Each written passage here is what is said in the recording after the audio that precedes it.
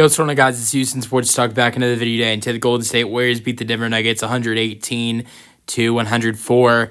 And the 9-game losing streak against the Denver Nuggets is finally over. The Warriors improved to 46-31, 24-14 at home. Not only that, but 20-2 in the Steph and Jimmy era. So yeah, it's pretty impressive. I think the most impressive thing out of all of that is that the Warriors finally ended that losing streak to Denver, and a great win, 118-104. So yeah, I think the first thing we automatically have to talk about is the chef. It's Steph Curry, 36 points, 5 assists, 2 steals, 13 for 24, 7 for 15 for 3. I got something to say about Steph. And I don't know how this reaction is going to get, what kind of reaction this is going to get. But you look at Stephen Curry's last 3 games, he has put on a show. We all know that. But honestly, I find this performance right here, I would say, the most impressive of his last 3 games. Stat-wise, this is his worst game of the last 3 games. Last night he had 37-6 against the Lakers. But, then we saw 52 points.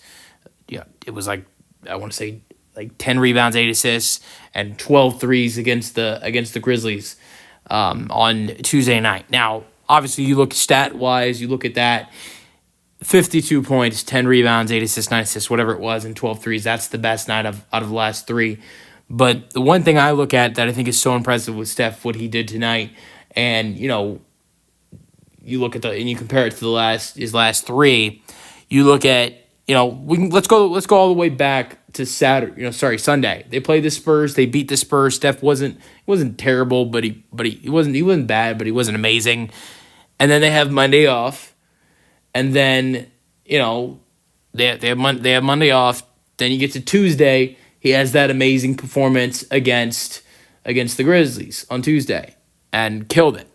Wednesday, they have the day off. They're not playing Wednesday. It's a day off. I'm sure they might have had practice or shoot around or something like that, but he doesn't have to play that Wednesday night, and he has that night off, which is good for the body, of course. And then the next night he has to go and play in LA against the Lakers in that hard matchup, and plays great, has 37-6, plays a great game. But then I look at tonight where he doesn't have that night off like he did before the Memphis game or before the LA game, and at the age of 37 years old, where we're seeing him get older, and let's also add to the fact that in that game against the Lakers last night, he took a lot of hits, a lot of falls, and so for him at 37 years old to go and play on a back-to-back.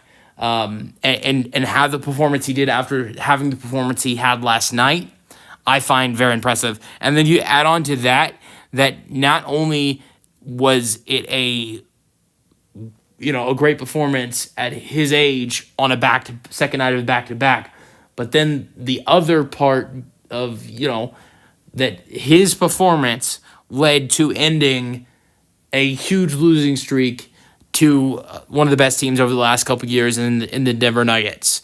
And so, yeah, I think that's really impressive. Now, we're going to talk some standings. As I am talking right now, the Lakers just beat the Pelicans 124-108. Now, the Warriors, with this win today, the Nuggets losing 46-31, Nuggets are 47-31. So the Lakers have a better record than the Warriors and the Nuggets. Honestly, you see the Nuggets still have a better record than the Warriors. I want to say the Nuggets still have a better record than the Lakers, but I might be wrong. So I think Denver's still at the 3 seed, and then the Lakers are still the 4 seed, and the Warriors are still the 5 seed. I don't want that to change, honestly. I want to see Steph versus LeBron in the playoffs. I don't know if that's the best matchup for the Lakers. I don't know if that's the best matchup for the Warriors. I know they played great last night, but ultimately in a 7-game series, I don't know if that's the best matchup for the Warriors. But I know that's the best matchup for the fans and for the media. Steph Curry versus LeBron James. We haven't seen them, it's been a couple years since we've seen them go up against each other in the playoffs. Since the two, honestly, the last time we saw this, was the 2022-23 season. And honestly, I will argue this. This is crazy with their ages, and LeBron's 40, Steph is 37. Honestly, I think both guys right now, Steph and LeBron, are playing better basketball at their age now than they were in the 2022-23 season. That was LeBron's one of his worst years ever. Steph wasn't playing bad basketball in 2022-23 season. Honestly, I just would say I think the Stephen Curry we are seeing right now was playing better basketball than the 2022-23 season Steph was. So that's another thing that I think makes the matchup so fun to watch if Steph and LeBron were to go up against each other in the first round. And honestly, another thing is that you compare to the matchup we saw in the 22-23 season, this is no disrespect to Anthony Davis or Klay Thompson because they're both two great players, but the number two options for both LeBron and Steph are much more interesting now than they were in the 2022-23 season with the Lakers having Luka and the Warriors having Jimmy Butler. So I don't know if the Warriors want to match up against the Lakers team, and I don't know if the Lakers want to match up against the Warriors in the first round, but I think all fans would love to see that in the first round. But so that's something I'm going to be paying attention to around the last week of the season, is these two teams, the Warriors and the Lakers, matching up in the first round. All right, let's get to some stats from this game. Steph, as I talked about, had a great game tonight. 36 points, 5 assists, 13 for 24, 7 for 15 from 3. Jimmy Butler had a great night. Not amazing, but way better than he was last night, I think, scoring-wise at least. 19.5 assists, 5 steals. Yeah, I mean, he was way better tonight than he was last night. Draymond Green, 8 points, 3 assists, 3 rebounds, 26 points for Podziemski. I mean, just amazing over the last couple of games. Really before the last couple of games. Yes, the last 2 games against the Lakers and Nuggets, he's been good, but before that, way before that too. And then Moses Moody had 8 points. He's taken a little step back since Podziemski's just been killing it. And then 7 points for Kevin Looney with 7 rebounds, 6 points for Jonathan Kuminga.